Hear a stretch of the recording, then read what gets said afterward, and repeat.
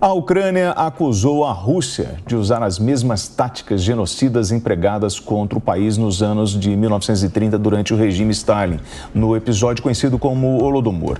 Milhões de pessoas morreram neste triste fato. Isso completou 90 anos no sábado. Nós vamos agora ao território ucraniano falar com o correspondente da Jovem Pan, Luiz Kawaguchi. Luiz, muito bom dia. Você está na região de Odessa. A temperatura agora, nós temos uma previsão para a temperatura algo em torno de -3, isso se confirmou? A gente está aqui com 3, 4 graus positivos nesse momento, mas está bastante frio. Inclusive, eu estava recebendo aqui algumas fotos de fontes de combatentes que estão mais ao norte do país, ali na região de Kiev, de Kharkiv, e ali a gente vê uma coisa curiosa, a gente vê neve já. Essa é uma guerra de trincheiras, as pessoas, para se proteger do fogo de artilharia, elas ficam em trincheiras, então você vê o topo das trincheiras repleto de neve, só que no fundo, onde as pessoas ficam em pé, está cheio de lama, de água, porque um pouco dessa neve derrete, tem chuvas, às vezes neva, às vezes chove. Então o campo de batalha está um caos. As pessoas estão ficando doentes e está muito difícil para os veículos pesados se movimentarem. A perspectiva é que só lá para o final de dezembro essa água toda vai congelar e fique um pouquinho mais fácil os combates no campo de batalha. Mas está muito difícil, o frio está muito complicado. Eu falei dos combatentes e agora a questão das cidades. Eu estou em Odessa, tivemos poucas horas, tivemos cerca de 4 horas de luz nas últimas 24 horas e as pessoas com quem eu tenho falado aqui, está todo mundo com frio, porque a maior parte do aquecimento das casas é feito por meio da energia elétrica, não é por meio só do gás. Então tem bastante gente com frio, tem pessoas recorrendo aí. A gás a gente ainda tem, então muita gente aquece óleo, aquece água, ou mesmo deixa a boca do fogão ligada para você ter um pouquinho mais de aquecimento, mas está bastante frio, está cada vez mais complicado, estamos nos aproximando do inverno e a situação só tende a piorar.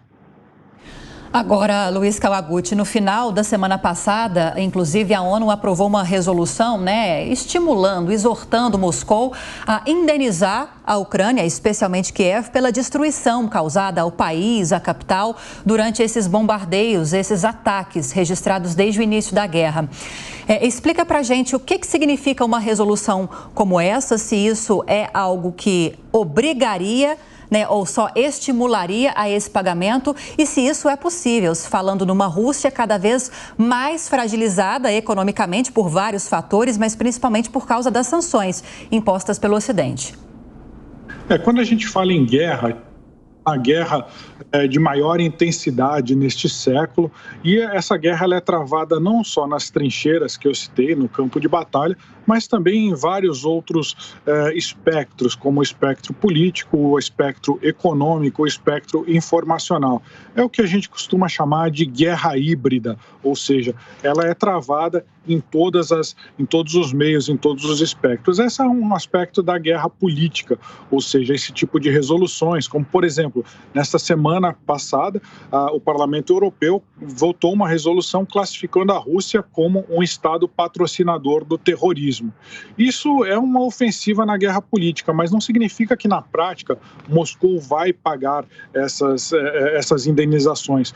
Todo esse tipo de conjecturas, todo esse tipo de exigências, eles estão muito relacionados ao que vai acontecer no campo de batalha. Se Moscou tiver uma derrota fragorosa, talvez tenha que pagar, de fato, essas indenizações. Mas se Moscou vencer no campo de batalha, dificilmente os países ocidentais conseguirão obrigar, ou a Ucrânia conseguirá obrigar o Kremlin a pagar esse tipo de indenização. A gente começou falando do Holodomor. O Holodomor foi a grande fome. Ela aconteceu entre as décadas de 20 e 30 do século passado, mas principalmente entre os anos de 1932 e 1933. O então governante da União Soviética, o Joseph Stalin, ele intencionalmente confiscou a produção agrícola da Ucrânia e de outros países também, mas principalmente da Ucrânia, que fazia parte da União Soviética na época. Para quê? Para enfraquecer uma certa elite rural que existia e para impedir que o país tentasse pedir independência. Só que nesse processo, mais de 3 milhões de pessoas morreram. Esse evento ele é lembrado sempre no quarto fim de semana de novembro, e foi ontem. As pessoas foram às ruas, o presidente Volodymyr Zelensky participou de uma cerimônia em lembrança desse episódio, e ele lembrou, inclusive, ele fez uma associação, falou que essa morte pela fome, os ucranianos conseguiram superar essa dificuldade de milhares de pessoas, mais de 3 milhões, morreram nas ruas de fome.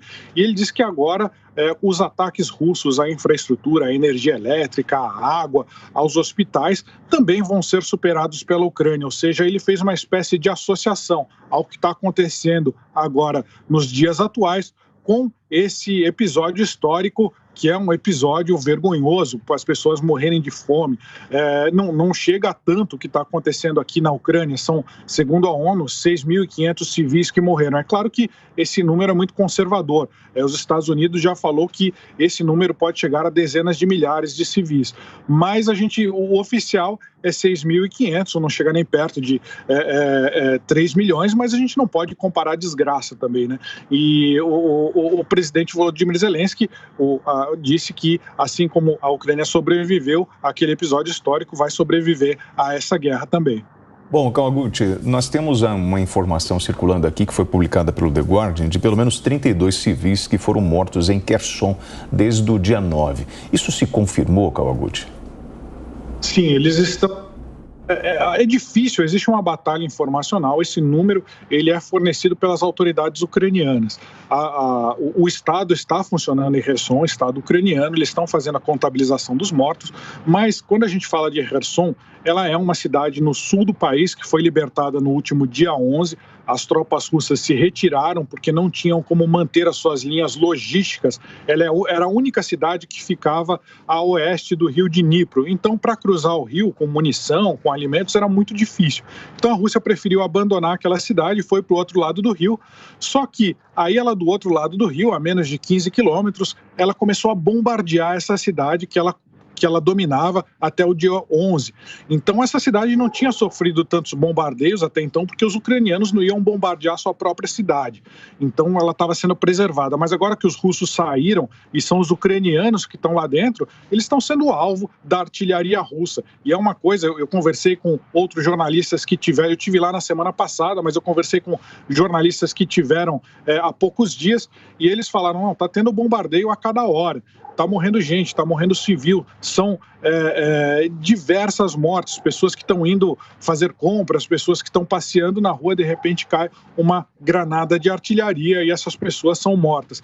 Então, realmente, imaginava-se que aumentaria esses bombardeios nessa cidade, porque os russos saíram, agora podem bombardear livremente e, infelizmente, essa realidade está se configurando. É isso que está acontecendo. Talvez os russos estejam tentando punir os cidadãos dessa cidade que não os acolheram e puni-los com bombardeios não só a hospitais e a infraestrutura elétrica, mas aos prédios residenciais. É isso que a gente está vendo.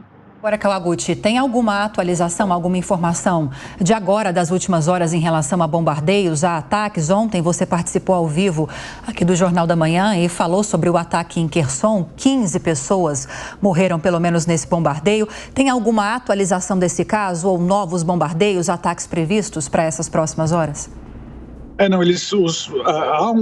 Há um medo muito grande aqui eu estou em Odessa, há um medo muito grande da população de que agora, por exemplo, a rede elétrica, a rede de água está sendo restabelecida.